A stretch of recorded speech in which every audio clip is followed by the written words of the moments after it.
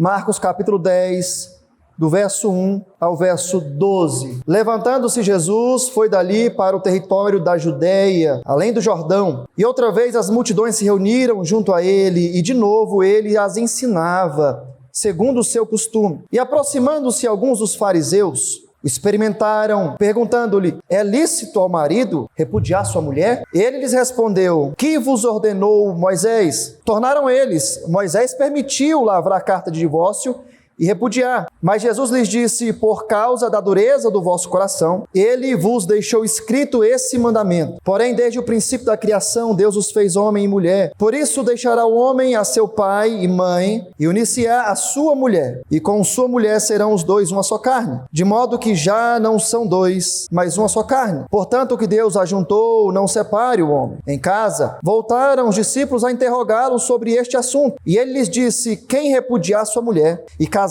com outra, comete adultério contra aquela. E se ela repudiar seu marido e casar com outro, comete adultério. Até aqui a leitura da Escritura Sagrada. Vamos, neste momento, novamente orar ao Senhor, rogando que ilumine o nosso coração e a nossa mente, a fim de que possamos ouvir Deus falar conosco nessa noite.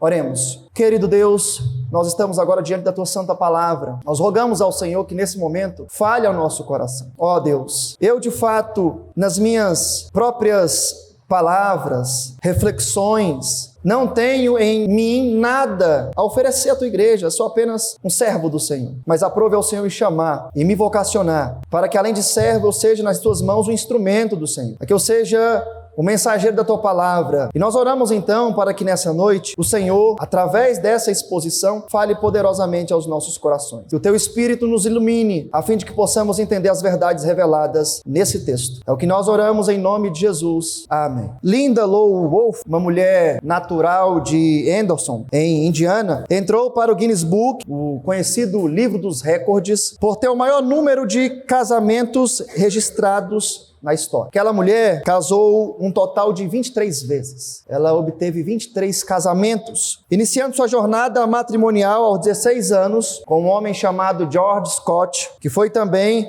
seu casamento mais longo, casamento que durou 7 anos. O casamento mais curto de Linda foi com Fred Chadwick, durando apenas 36 horas. Linda teve 7 filhos durante seu relacionamento com esses homens, durante esses casamentos, e acabou sendo também madrasta de muitos outros meninos e meninas. O último casamento de Linda foi com Glenn Scott Wolf, que também detinha o recorde de maior número de casamentos masculinos. Esse homem com o qual ela se casou, chegou também a casar com 29 esposas. Ele tinha o maior número de casamentos enquanto homem e ela o maior número de casamentos enquanto mulher. Então eles se casaram em 1996, mas a união foi principalmente por razões de publicidade, mais uma questão de marketing,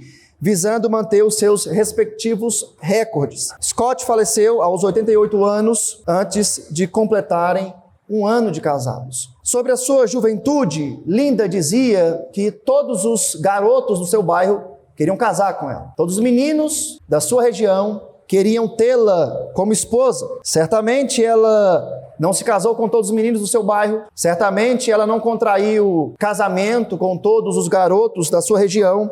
Mas ela entra para o livro dos recordes como a mulher que mais se casou, tendo ao todo 23 maridos. O estilo de vida de Linda tem uma clara relação com o texto que lemos nessa noite. Jesus lida nesse trecho de Marcos com a questão do divórcio e do casamento, nos mostrando que esse assunto é um assunto sério. Nós estamos diante de um assunto sério, grave e delicado, que é justamente a questão do divórcio e do casamento. Trata-se de um assunto sério, não apenas para aquela época de Jesus, mas também para os dias atuais, tempo em que as pessoas perderam a noção da seriedade dessa instituição chamada casamento. Trata-se de uma instituição não estabelecida pelo homem, não estabelecida pela igreja. Trata-se de uma instituição estabelecida pelo próprio Deus. Por isso é um assunto sério. Por isso nós estamos diante de um assunto muito delicado que precisa ser estudado e considerado nos nossos dias. Nós iremos, portanto, considerar o texto lido em 2 pontos. Seguindo aqui a sequência do texto, em primeiro lugar nós vamos abordar a questão do divórcio e em segundo lugar nós trataremos da questão do casamento a partir daquilo que Deus nos ensina em sua palavra. Vejamos então, em primeiro lugar, a questão do divórcio. Veja comigo os versos 1 a 6, acompanhe na sua Bíblia. Em primeiro lugar, nós temos aí a questão do divórcio, versículos 1 a 6. Levantando-se Jesus, foi dali para o território da Judéia, além do Jordão. E outra vez as multidões se reuniram junto a ele, e de novo ele as ensinava segundo o seu costume. E aproximando-se alguns dos fariseus, o experimentaram, perguntando-lhe: é lícito ao marido repudiar sua mulher? E ele lhes respondeu: que vos ordenou Moisés? Tornaram eles: Moisés permitiu lavrar carta de divórcio e repudiar. Mas Jesus lhes disse: por causa da dureza do vosso coração, ele vos deixou escrito esse mandamento. Porém, desde o princípio da criação, Deus os fez homem e mulher. Meus irmãos, o texto começa nos informando que Jesus saiu da região da Galileia, onde ele exerceu a grande parte do seu ministério, e agora ele se desloca para a região da Judéia, região esta onde ele estabelece aqui o clímax da sua vida terrena. A partir de então, nós vamos ver a partir do registro de Marcos, que Jesus passa a caminhar em direção à sua crucificação, conforme ele mesmo havia predito. As multidões, como de costume, estavam em torno de Jesus, o alvoroçavam e o apertavam para aprenderem mais acerca dos seus ensinamentos. E no meio daquela multidão estava um grupo que se opunha frequentemente a Jesus no decorrer do seu ministério. E é um grupo conhecido por todos nós, o grupo dos fariseus. Os fariseus, por sua vez, sempre prontos a se opor a Jesus, mais uma vez conspira contra ele, buscando aqui encontrar uma maneira de pegá-lo em falta. Desta vez, meus irmãos, eles levantam uma questão sobre o divórcio. Ao invés de cair na cilada preparada por eles, nós veremos que Jesus aproveita a oportunidade para então estabelecer os fundamentos em torno da questão do divórcio e do casamento. Os eruditos afirmam que os fariseus não estavam interessados, de fato, em aprenderem acerca do divórcio. Eles não queriam aprender acerca do casamento. Essa não era a intenção dos fariseus. Eles já tinham opinião formada. Eles já tinham uma linha de raciocínio acerca daquele assunto, a qual era defendida por eles. Eles queriam apenas colocar Jesus numa saia justa. Eles queriam apenas colocar Jesus numa sinuca de bico, numa situação embaraçosa e difícil de ser contornada. Eles fazem uma pergunta capciosa a Jesus. Eles fazem uma pergunta com o intuito de induzirem Jesus ao erro. O verso 2 nos aponta isso. E aproximando-se alguns dos fariseus, o experimentaram perguntando-lhe: é lícito ao marido repudiar sua mulher? Ou seja, estavam lá os fariseus e eles chegam a Jesus e certamente refletem e questionam Jesus acerca do assunto, não com o intuito de verdadeiramente aprender. Eles não tinham uma dúvida. Eles queriam colocar Jesus numa situação embaraçosa. Eles já sabiam a resposta deles. Eles já tinham uma resposta formada. Mas eles querem colocar Jesus numa situação agora desconfortável. Vamos lançar essa pergunta e vamos ver qual vai ser a resposta de Jesus. Vamos ver se ele de fato está preparado para responder. E daqui, meus irmãos, nós já temos uma aplicação, um ensinamento. Quando nós nos deparamos com algumas questões na igreja, e nós temos então a oportunidade de questionar o pastor, presbíteros, talvez os diáconos, ou quem sabe um professor de escola bíblica dominical, qual é de fato a motivação do nosso coração? Nós estamos verdadeiramente com dúvidas acerca de um determinado assunto? Ou nós estamos agindo como os fariseus, querendo colocar determinada pessoa numa sinuca de bico, numa situação embaraçosa? Nós precisamos refletir sobre isso. Porque esse método de fazer perguntas trata-se de um método utilizado pelos inimigos de Cristo, os fariseus. Então, quando nós temos a oportunidade, como que nós lidamos com isso? Deixa eu ver como é que esse pastor vai responder essa questão. Deixa eu ver como é que esse presbítero, esse professor vai lidar com isso. Deixa eu lançar essa bomba aqui no colo dele. Ver de fato qual vai ser a resposta. Eu já tenho até a opinião formada, mas eu quero saber a opinião do pastor. Eu quero colocar ele numa sinuca de bico. Eu quero colocar esse presbítero num teste. Nós precisamos refletir sobre isso. Esse método de questionamento é um método típico dos inimigos de Cristo. É um modus operandi de um grupo que se opunha ao Evangelho. Às vezes nós temos dúvidas de fato, nós temos questionamentos plausíveis, e por isso nós precisamos refletir sobre esse assunto. E lá estão os fariseus, querendo colocar Jesus numa situação embaraçosa. E a grande pergunta que nós fazemos é: qual era a finalidade dos fariseus ao fazer essa pergunta? E como nós vimos, eles queriam colocar Jesus numa situação delicada, por pelo menos duas razões. Nós tínhamos naquela situação o contexto de Herodes, e talvez uma primeira razão pela qual os discípulos fizeram essa pergunta seria justamente para colocar Jesus contra Herodes. Nessa mesma área, nessa mesma região que Jesus estava, João Batista foi preso e executado justamente por condenar o divórcio ilegal, o casamento impróprio de Herodes com a sua cunhada Herodias. Os fariseus provocam Jesus aqui, sugerindo que se ele adotasse a mesma postura de João, ele provavelmente teria o mesmo destino de João. Então eles chegam a Jesus dizendo: e aí, Jesus, é permitido divórcio? Se Jesus respondesse: não é permitido, não é lícito, ele estaria talvez diante do mesmo destino de João Batista. Então talvez essa fosse a primeira razão, colocar Jesus contra Herodes. Mas há talvez uma segunda razão. Talvez os fariseus queriam aproveitar a oportunidade para, quem sabe, colocar Jesus não contra Herodes, mas contra Moisés, contra a Escritura Sagrada. Os fariseus estavam tentando testar a doutrina de Jesus, buscando uma oportunidade de acusá-lo de heresia. Ora, se Jesus concordasse com o divórcio, estaria aparentemente diminuindo a ideia de casamento ensinado por Moisés. Mateus também registra essa pergunta, acrescentando um detalhe crucial.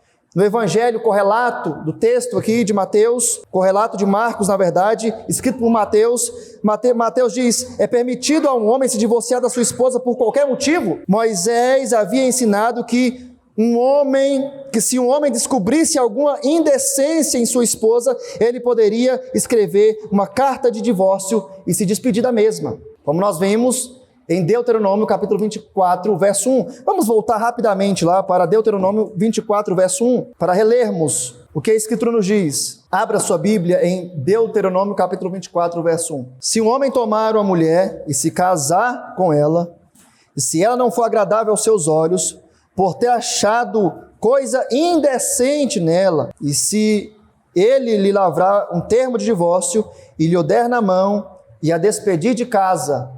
Então veja, nós temos aqui uma condição, um texto que nos aponta a ideia do divórcio. Mas a grande pergunta é justamente: o que significa essa coisa indecente que é apontada aqui por Moisés, o que possibilita o divórcio? Ora, se o marido encontrar coisa indecente, há possibilidade de divórcio. Mas o que seria essa coisa indecente? E aí nós precisamos considerar duas escolas de interpretação do Antigo Testamento. No ano 20 depois de Cristo, dois rabinos renomados, chamados Hilel e Shammai, ficaram conhecidos por suas interpretações acerca da lei de Deus. E quais eram as linhas de raciocínio dessas duas escolas de interpretação? A escola de Hilel defendia uma opinião mais liberal, mais flexível, mais aberta acerca desse assunto, que permitia que o marido repudiasse a sua esposa por qualquer motivo. Então Hilel dizia que coisa indecente era qualquer motivo. Ou seja, se a mulher queimasse o arroz, era motivo de divórcio. Se a mulher gritasse, ou se a mulher que falasse alto demais, o marido poderia se divorciar dessa mulher. Se talvez o marido encontrasse uma mulher mais atraente, ele teria uma base para se divorciar. Essa era a linha de interpretação de Hillel.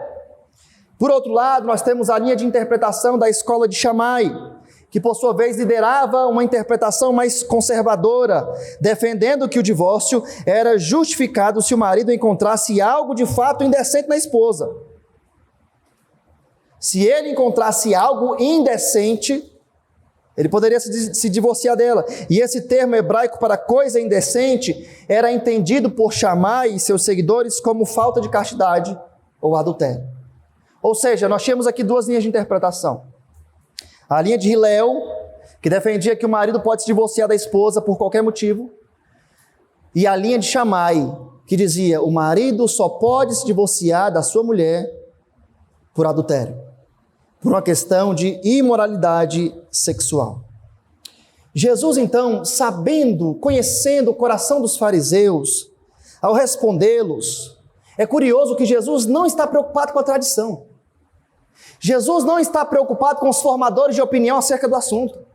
Jesus não está preocupado das linhas teológicas humanas, meramente humanas, acerca do assunto. Ele está preocupado com o que a Escritura diz acerca do assunto. Ele está preocupado com o que a palavra diz acerca do assunto. Ele rejeita Hillel, ele rejeita Shammai e ele diz, vamos para a Escritura. É o que ele faz no verso 3. Ao ter diante de si o questionamento dos fariseus, Jesus diz, que vos ordenou Moisés?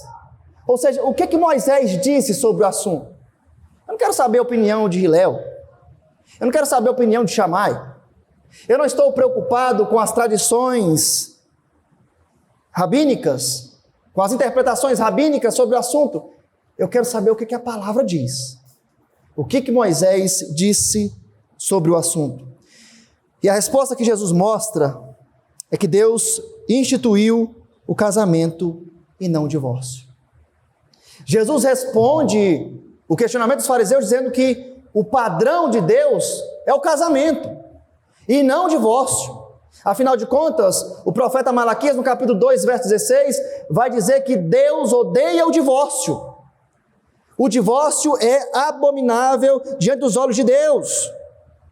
O divórcio foi uma concessão e não uma ordenança. Concessão é diferente de ordenança. O divórcio só foi permitido de Jesus por causa da dureza do coração do homem. É tanto que antes da queda não há nada acerca do divórcio, porque o divórcio é fruto da dureza do coração do homem. O divórcio é fruto do coração pecaminoso e quebrado do homem. Não se trata de uma instituição divina, mas de uma concessão. Por isso, o divórcio jamais será compulsório. O divórcio jamais será obrigatório, jamais será a regra, será a exceção da exceção. Porque o divórcio profana a aliança. O divórcio profana a aliança entre o homem e a mulher feita diante de Deus. É isso que Jesus responde. É isso que Jesus declara sobre o divórcio. O divórcio não é uma instituição divina. O casamento, sim, é uma bênção, é uma instituição divina. Agora o divórcio não, é uma concessão, é uma exceção da exceção. Por isso nós precisamos considerar o remédio preventivo para o divórcio. Como que nós evitamos o divórcio? Com o remédio preventivo. E qual que é o remédio preventivo para o divórcio? É o perdão. O perdão é o remédio preventivo para o divórcio. O divórcio não é a solução. O divórcio jamais será o caminho. O divórcio não deve sequer ser considerado como uma opção dos casamentos dos crentes. Mas talvez você diga, pastor, encontrei coisa indecente. Encontrei adultério. Encontrei imoralidade grave. O caminho não é o divórcio, meu irmão. O caminho não é o divórcio, minha irmã. É o perdão. Sabe por quê? Porque quando eu olho para o meu relacionamento com Deus, eu vejo ali ilustrado a ilustração do casamento. Eu vejo no meu relacionamento com Deus algo que ilustra o meu casamento. Ora, diz Oséias, profeta Oséias, que o povo era adúltero. O povo de Deus estava em adultério espiritual. O povo de Deus estava servindo a outros deuses, estavam traindo o seu Deus, eram adúlteros espiritualmente falando. Mas mesmo assim Deus vai até o povo e perdoa o seu povo. Deus vai até o povo, e o povo manchado de adultério espiritual, o povo quebrado e contaminado por idolatria e tantos outros pecados, Deus vai até esse povo pecador e adúltero e se relaciona com ele. Então esse é o padrão de Deus para o meu casamento. O caminho é o perdão. O caminho é o perdão. Não importa a situação do seu cônjuge, não importa o pecado que ele cometeu, o caminho sempre será o perdão. Se você chegar aqui no gabinete dizendo: pastor, o meu marido, a minha esposa pecou contra mim gravemente, eu jamais considerarei o divórcio como a primeira opção, jamais. O caminho é a restauração do seu casamento. O caminho é redimir a aliança que você fez com o seu cônjuge. Então nós vamos orar, nós vamos chorar, nós vamos rogar ao Senhor que quebrante os nossos corações, mas nós lutaremos para que o seu casamento seja preservado, porque o divórcio não é uma instituição divina, é uma concessão. É uma concessão. Perdoe seu cônjuge, seu marido, a sua esposa, e lute pelo seu casamento. Lute para manter a aliança que você fez perante os homens e principalmente diante de Deus. Lute pelo seu casamento. Caminhe com o seu marido, com a sua esposa, ore por ele, ore por ela, ore com ele, ore com ela. Procure ajuda pastoral. O divórcio nunca será a primeira opção. Jamais. Porque não se trata de uma instituição divina. Por isso, em segundo lugar, Jesus nos mostra aqui a questão do casamento. Em segundo lugar, nós temos aqui a questão do casamento. Veja comigo o que dizem os versos 7 a 12. Acompanhe na sua Bíblia. Versículos 7 a 12. Por isso deixará o homem a seu pai e mãe, e unir-se-á a sua mulher, e com sua mulher serão os dois uma só carne, de modo que já não são dois, mas uma só carne. Portanto, o que Deus ajuntou, não separe o homem. Em casa, voltaram os discípulos a interrogá-lo sobre este assunto, e ele lhes disse: quem repudiar a sua mulher e casar com outra, comete adultério contra aquela. E se ela repudiar seu marido e casar com outro, comete adultério. Vejam, enquanto os fariseus estavam preocupados em discutirem a questão do divórcio, Jesus dirige a atenção dos fariseus para o cerne do casamento. Jesus enfatiza a importância de compreendermos melhor os fundamentos bíblicos em torno do casamento, sugerindo que uma compreensão mais profunda desses princípios poderia reduzir a incidência de divórcios. No trecho que lemos, nós temos então os fundamentos que agrada a Deus em relação ao casamento. Os fundamentos do casamento que agrada a Deus. Em primeiro lugar, nós vemos aqui que Jesus afirma que esse casamento é um casamento heterossexual. É um casamento entre indivíduos de sexos opostos. Por isso ele diz: deixa o homem a seu pai e sua mãe e unir-se-á a sua mulher. Primeiro ponto, o casamento bíblico é um casamento heterossexual.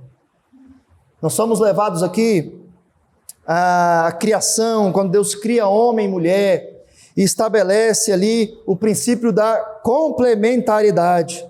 Lá em Gênesis, ambos se complementam no casamento, homem e mulher. O relacionamento matrimonial é concebido somente entre um homem e uma mulher, baseando-se na sua natureza biológica de macho e fêmea. Portanto, o casamento é uma união exclusiva entre um homem e uma mulher. Tem até uma música gospel, que é mais proeminente, mais conhecida nos círculos pentecostais, que diz que Deus criou Adão e Eva. Deus não criou Adão e Ivo.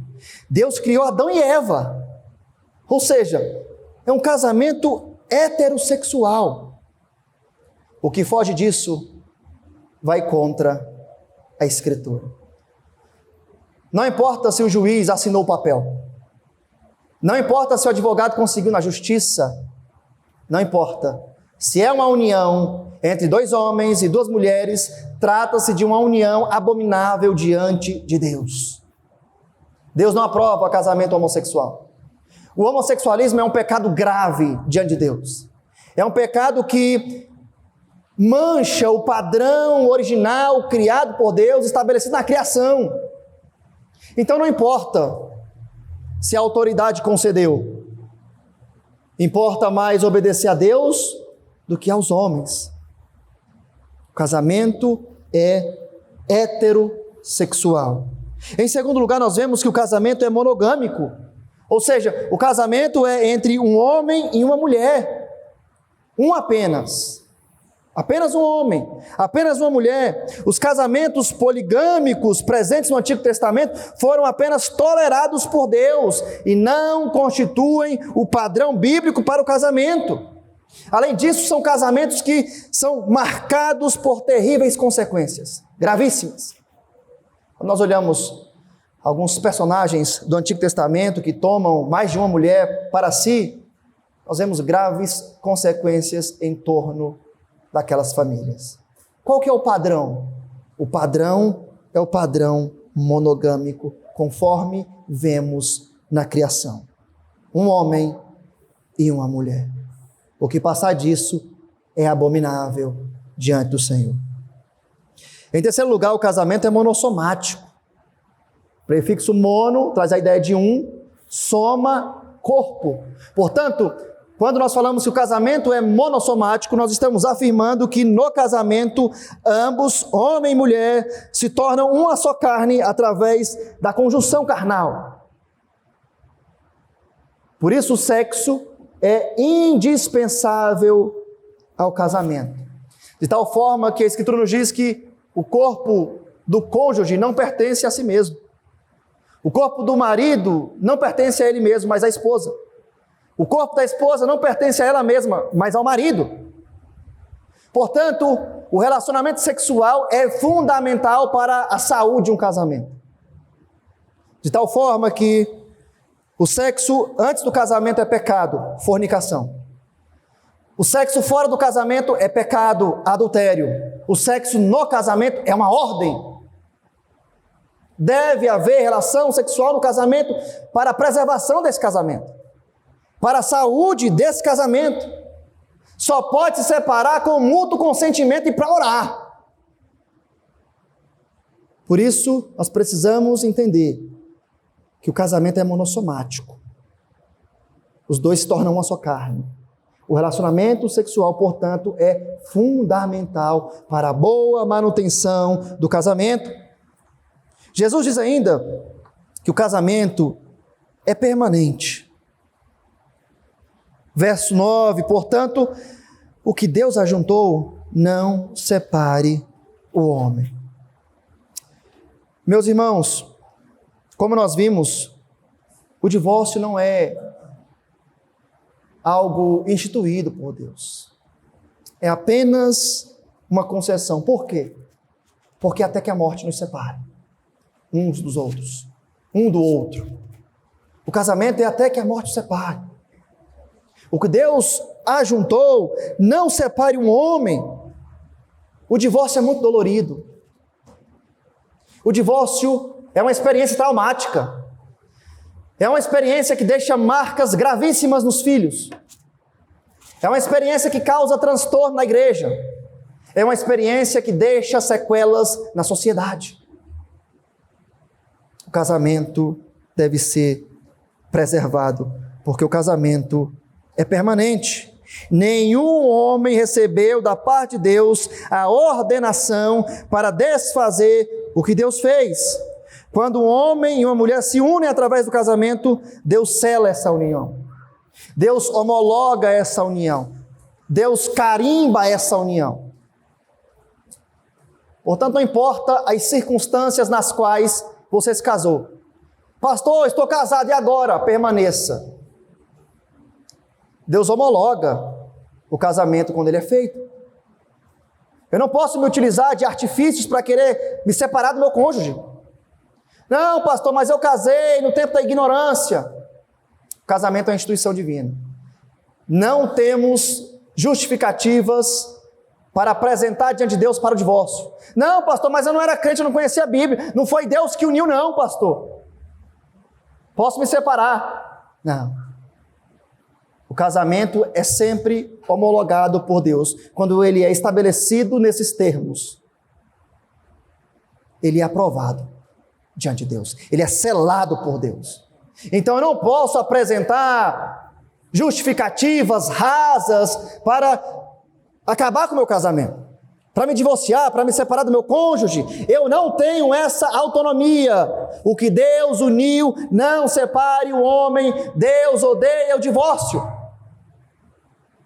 Não é agradável diante de Deus. É curioso que apenas Marcos, entre os evangelistas, menciona a possibilidade de uma mulher também iniciar o processo do divórcio. Quando nós vamos para Mateus, a ênfase é no homem, Deuteronômio também. Mas aqui, Mateus, ele abre uma possibilidade da mulher se divorciar, por assim dizer. Isso pode ser devido ao contexto romano ao qual Marcos estava escrevendo, onde as mulheres tinham essa capacidade legalmente. Então, como é que funcionava no contexto judaico? Era um homem que lavrava a carta de divórcio. A mulher, coitada, ela só lidava com as consequências. No contexto romano, não. No contexto romano, a mulher poderia reivindicar o divórcio. E Marcos, escrevendo aos romanos, escrevendo aos gentios, por assim dizer, contempla essa situação também.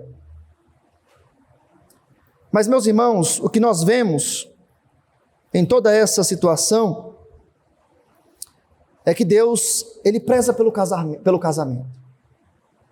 Deus, ele nos mostra que o casamento, apesar das grandes dificuldades, deve ser mantido.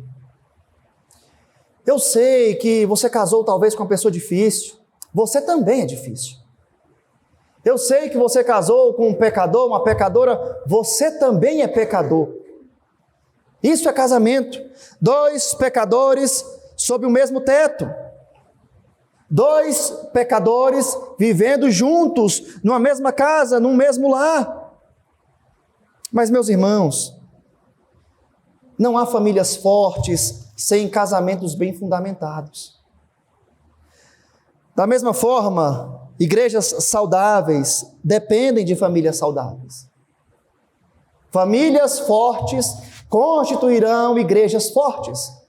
Famílias fracas, quebradas, constituirão igrejas fracas e quebradas.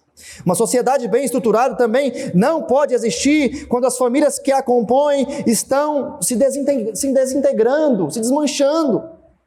Isso impacta a família, impacta a igreja, impacta a sociedade. Nenhum tipo de sucesso pode compensar o fracasso de um casamento ou de uma família. Como povo de Deus, meus irmãos, nós não fomos chamados para seguir os padrões do mundo. Eu sei que talvez você conheça pessoas que já estão no 5º, no 8º casamento. Eles não constituem padrão para você. Não são exemplos. Por isso, muito cuidado com quem você conversa acerca do seu casamento. Você acha que o seu colega ímpio que está no 5º casamento, ele tem algum conselho para dar para você aplicar no seu casamento? Por isso, não abra o seu casamento para essas pessoas, elas não constituem um padrão para você. O padrão está na Escritura, o padrão está na palavra. Você precisa aprender, não o que o fulano ou beltrano diz sobre casamento, não o que Hilel ou Shammai está dizendo sobre casamento, mas o que a Bíblia diz sobre casamento. Isso é o que nos interessa. Pastor, mostre-me na Escritura o que Deus fala acerca do casamento. Esse deve ser o nosso interesse, e não as tradições, e não as opiniões pessoais, mas o que a Bíblia fala sobre casamento. Linda Lou Wolf, a mulher mencionada lá no início, faleceu em 27 de setembro de 2009. Antes de falecer, Linda estava solteira há 12 anos, apesar de ter tido 23 maridos no decorrer da sua vida. Lá estava essa mulher, solteira há anos, solitária e morando numa casa de repouso, totalmente distante, totalmente sem apoio familiar, sozinha, excluída da sua família. Ao aconselhar jovens acerca do casamento, Linda dizia o seguinte: se case apenas uma vez e fique casado. Aquela mulher que teve 23 maridos, no final da sua vida, à beira da morte, solitária, morando numa casa de repouso, ela aconselha os jovens dizendo: se case apenas uma vez e permaneça com sua esposa e seu marido, até o fim da sua vida. Depois de ter contraído 23 matrimônios, esse era o conselho que essa mulher dava aos jovens: casem-se apenas uma vez. E esse também é o mandamento da Escritura. Essa também é a ordem bíblica. Diante do que falamos, eu gostaria de finalizar aqui com 3 aplicações direcionadas a 3 grupos distintos. E certamente você está em um desses grupos.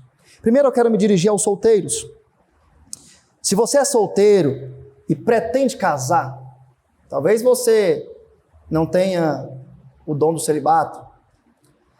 Talvez você diga: pastor, eu quero casar. Eu tenho vontade de ter filhos, de constituir famílias.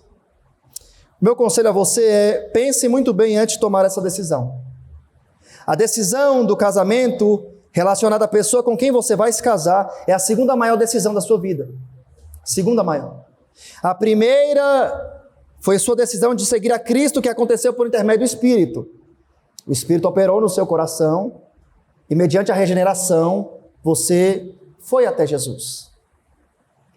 Mas, meus irmãos, a segunda maior decisão das nossas vidas é sobre os nossos casamentos. A segunda maior decisão das nossas vidas é sobre a pessoa com quem passaremos o resto da nossa vida. Porque a ordem bíblica é: até que a morte os separe. Por isso, pense muito bem, jovem, com quem você vai casar. Lide com todos esses assuntos relacionados ao casamento, porque o casamento só deve findar na morte. Você não deve ir ao casamento com um plano B.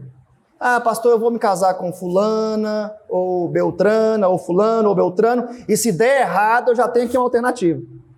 Não. Se você, às vezes, pretende casar com esse plano em mente, com essa possibilidade, você não entendeu o casamento. Você não entendeu. Não tem plano B. É até que a morte os separe. Pense bem antes de casar. Eu quero me dirigir agora aos casados. Se você está casado, o divórcio não deve sequer ser uma hipótese no seu casamento. Permaneça firme com o marido e a esposa que Deus lhe deu. Eu sei que ele tem defeitos, eu sei que ela tem pecados, são muitos, todos nós o temos. Como foi falado, o casamento nada mais é do que 2 pecadores convivendo sob o mesmo teto. O casamento é a união de 2 pecadores, duas pessoas imperfeitas, duas pessoas difíceis, mas que são abençoadas por Deus e que se unem dependendo de Deus e com a graça de Deus para a manutenção do seu casamento. Por isso lute pelo seu casamento. Nós vamos ver as palavras de Jesus lá em Mateus capítulo 19, verso 9, onde Jesus trata desse assunto, que é registrado por Mateus. Nós vamos ver que ali tem uma concessão acerca do divórcio. E fala de imoralidade, de adultério, Mateus 19, 9. Uma outra concessão para o divórcio é o abandono, conforme o ensinamento de Paulo em 1 Coríntios capítulo 7. Só há duas exceções para o divórcio: o adultério e o abandono. Pastor, meu marido é difícil. Não importa, é até que a morte separe. Pastor, mas essa mulher briga demais. É até que a morte separe. Ore por ele, ore por ela, peça ajuda pastoral. Não vá procurar ajuda de ímpios, de psicólogos incrédulos. Eles não têm nada para oferecer para vocês nos seus casamentos. Não tem. Procure a Escritura. Procure o ensinamento da Bíblia sobre casamento. Até que a morte os separe. Dois pecadores debaixo da dependência de Deus no casamento. Só há essas exceções. E mesmo assim, nós precisamos tratar cada caso individualmente. Pastor, meu marido, minha esposa me traiu, vamos divorciar. Não é o caminho.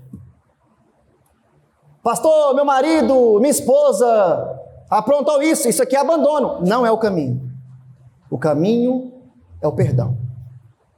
O caminho sempre será a restauração do seu casamento. Por isso, peça ao Senhor que lhe ajude nos momentos de crise no seu casamento. Rogue a Deus que redima o seu casamento, a fim de que você permaneça fiel aos votos que fez diante das testemunhas e principalmente diante de Deus. Haverão crises, haverão tempestades, momentos difíceis no casamento. Rogue ao Senhor que se compadeça de você, do seu marido, da sua esposa.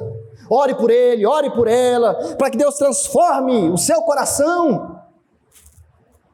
Nunca considere a possibilidade do divórcio. Não é uma alternativa imediata no casamento. Jamais será. E por último, eu quero me dirigir aqui aos divorciados. Se há porventura pessoas que já se divorciaram em nosso meio, e aqui nós temos dois públicos. Nós temos os divorciados que se recasaram e os divorciados que permanecem solteiros. Talvez diante da exposição da palavra de Deus, você diga: pastor, eu fiz tudo errado. Pastor, eu tenho um divórcio no meu histórico. Eu me recasei uma ou mais vezes. Talvez essa seja a sua situação. E você se deparou agora com o ensinamento da palavra. E você talvez diga: pastor, eu não tinha instrução. Eu não lidei corretamente com o meu casamento. O que eu faço agora? Eu estou em adultério? A boa notícia para você, meu irmão, minha irmã, é que, exceto o pecado da blasfêmia do Espírito Santo, não há qualquer pecado que não seja perdoado diante de Deus. Não há pecado que Ele não possa perdoar. Talvez você diga: pastor, eu me divorciei de forma equivocada. Eu não considerei essas duas exceções, a imoralidade sexual, o adultério e o abandono. Eu não lutei pelo meu casamento. Eu me divorciei numa condição completamente equivocada. A graça de Deus alcança você. A graça de Deus contempla você. Há perdão para você. Há redenção para você. Que você então considere isso nessa noite. Se você se encontra nessa condição, se dirige ao Senhor dizendo: Senhor, eu errei. Eu me divorciei de forma equivocada. E eu me recasei de forma equivocada. Há perdão para você. A graça. A redenção.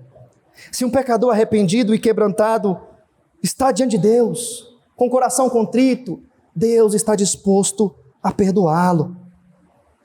Que você reconheça o seu pecado, caso tenha se divorciado fora das cláusulas de exceções estabelecidas pela Bíblia, e seja nessa noite alcançado pela graça de Deus. Que Cristo seja o centro, meus irmãos, e o Senhor dos nossos casamentos. Ele mesmo, no seu casamento com a igreja, mostra-nos o padrão correto para os nossos casamentos. O nosso Salvador nos mostra que no nosso casamento deve haver perdão, deve haver compreensão, auxílio mútuo e desejo de agradar a Deus através dos nossos casamentos. Portanto, que Deus se compadeça de nós, que Deus se compadeça das nossas famílias, que Deus dê graça a você, marido, esposa, para que você lute pelo seu casamento. Eu sei que esse não é o padrão do mundo, esse não é o padrão dos artistas que estão aí na mídia, que estão aí proeminentes nas redes, casando-se, divorciando-se, separando-se, contraindo novas núpcias. Não é o padrão para você.